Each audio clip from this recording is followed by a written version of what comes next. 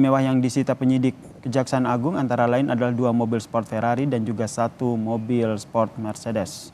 3 mobil ini saudara disita terkait dengan tindak pidana terkait dengan kasus Harvey Muiz. Total saudara sudah ada 7 mobil. 7 mobil mewah milik Harvey yang disita saudara. Sebelumnya Harvey dijerat pidana korupsi tata niaga komoditas timah wilayah izin usaha pertambangan PT Timah dan tindak pidana pencucian uang. Itu kira-kira kasus posisinya seperti apa Pak? Bisa dijelaskan Pak? Kemarin malam betul tim penyidik telah melakukan kegiatan penyitaan terhadap 3 unit mobil, 2 jenis mobil sport Ferrari dan 1 mobil sport Mercedes. Ketiganya adalah milik tersangka HM. Ya. Dalam rangka apa terkait apa? Tentu saja terkait dengan dugaan tindak pidana yang disangkakan terhadap yang bersangkutan. Kejaksaan Agung saudara juga menetapkan 5 tersangka baru kasus korupsi timah 271 triliun rupiah. Antara lain 2 pihak swasta, HL selaku beneficiary dan juga owner dari PT TIN dan juga FL selaku marketing PT TIN saudara. Sementara itu 3 tersangka lain selaku regulator antara lain SW, Kepala Dinas ESDM Provinsi Kepulauan Bangka Belitung tahun 2015 hingga 2019. Kemudian ada BN, PLT Kadis ESDM Provinsi Bangka Belitung bulan Maret 2019 dan juga ada AS selaku PLT Kadis ESDM Kepulauan Bangka Belitung yang kini menjabat sebagai Kadis ESDM Kepulauan Babel. Para regulator itu saudara menerbitkan rencana kerja dan anggaran biaya dari 5 perusahaan terkait untuk melegalkan perdagangan timah yang diperoleh secara ilegal dari izin usaha pertambangan PT Timah. Bahwa saudara SW, BN dan AS masing-masing selaku Kepala Dinas dan selaku PLT Kepala Dinas ESDM Provinsi Kepulauan Bangka Belitung telah dengan sengaja menerbitkan dan menyetujui RKAB dari perusahaan smelter PT RBT, PT SBS, PT SIP, PT TIN, dan CV VIP. Di mana kita ketahui RKAB tersebut diterbitkan meskipun tidak memenuhi syarat, melainkan sekedar untuk melegalkan aktivitas perdagangan timah yang diperoleh secara ilegal di wilayah IUP PT Timah. Kejaksaan Agung telah menetapkan 5 tersangka baru dan kembali menyita mobil mewah milik Harvey Muiz saudara, pengusaha sekaligus suami pesohor Sandra Dewi dalam kasus korupsi timah 271 triliun rupiah. Lalu bagaimana membaca alur pengungkapan kasus ini dan bagaimana dengan pengejaran aktor utama di balik kasus korupsi timah? Kita perbincangkan dengan pakar tindak pidana pencucian uang, Bu Yenti Ganarsi yang telah bergabung bersama kami di Kompas Petang. Salam sehat, Bu Yenti. Salam sehat, selamat sore. Selamat sore Bu Yenti, ini terus dilakukan penyelidikan, tidak hanya ada tersangka baru, tapi kita fokus ke penyitaan mobil, ini ada totalnya ada 7 mobil. Anda melihatnya seperti apa dalam kaitannya dengan kasus TPPU yang menjerat Harvey Muiz ini? Ya kan ini kasus pertamanya adalah korupsi kan ya, korupsi termasuk ini tadi disebutkan korupsi karena memberikan perizinan, belum lagi nanti korupsi yang lainnya berkaitan dengan tata niaga timah tersebut. Nah, dari hasil korupsi itu dan dibelikan apa, ya kan? Nah, ini yang 7 mobil ini kalau menggunakan TPPU artinya apa? 7 mobil ini dibeli dari uang hasil korupsi, uang hasil selama pengelolaan PT Timah ini kan sudah agak beberapa lama kan? Nah itu jadi bukan hanya mobil ya, jadi gini, itu kan disebutkan bahwa akibat yang ditimbulkan 271 triliun, ya tapi belum dihitung semua.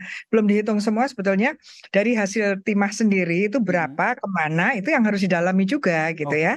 Nah dari situ baru apakah 7 mobil ini juga dari itu kan, selain 7 mobil dari mana lagi. Kemudian waktu itu kan ada pembelian private jet itu kan ya, harus dilihat itu kan, dilihat semuanya. Tapi begini, Kan pasti ya, kalau akibat kerugiannya saja yang ditimbulkan 271 triliun, pasti ada uang, pergerakan uang juga banyak sekali. Artinya apa?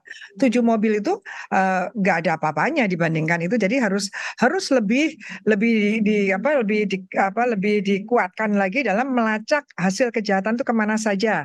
Dan tentu saja uang-uang itu masih ada apa tidak gitu. Ini sebenarnya menjadi pertanyaan saya selanjutnya, Bu Yenti, Ya. karena dari jumlah total dampak kerugian aja ini gede banget kan, 271 triliun. Ini 7 mobil, kalau dihitung-hitung kan juga nilainya masih belum sebanding begitu. Nah, pelacakan yang dilakukan oleh Kejaksaan Agung saat ini nanti akan merambat ke aset-aset lain, itu yang pertama. Kedua, apakah juga akan merambat ke pihak-pihak lain yang ternyata mereka juga terlibat loh dalam kasus ini?